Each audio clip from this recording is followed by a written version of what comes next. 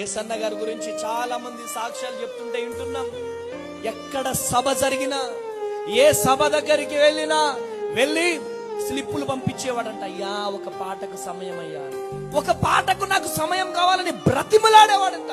ఆ కన్వీనర్స్ అనుకునే వాళ్ళంట, ఈయన ఇంత బ్రతిమలాడుతున్నాడు కదా, ఒక పాటకు సమయం ఇద్దాంలే అనుకునే వాళ్ళంట.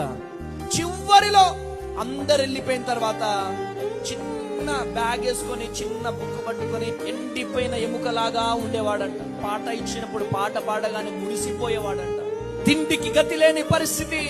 అటువంటి వ్యక్తిని దేవుడు ఎలా తీసుకొచ్చాడో తెలుసా? ప్రపంచ ప్రఖ్యాతిగాంచిన గొప్ప దైవ సేవకుడుగా నా దేవుడు లేవనెత్తాడు. ఒక్క పాటకు సమయం ఇస్తే చాలు అని ఎదురు చూసినటువంటి ఒక వ్యక్తిని నా దేవుడు ఎలా చేశాడో తెలుసా? ఒక్కసారన్నా యేసన్న గారితో మాట్లాడకపోతామా? ఒక్కసారన్నా యేసన్న గారిని చూడకపోతామా? ఒక్కసారన్నా యేసన్న గారు మా సంఘానికి రాకపోతాడా?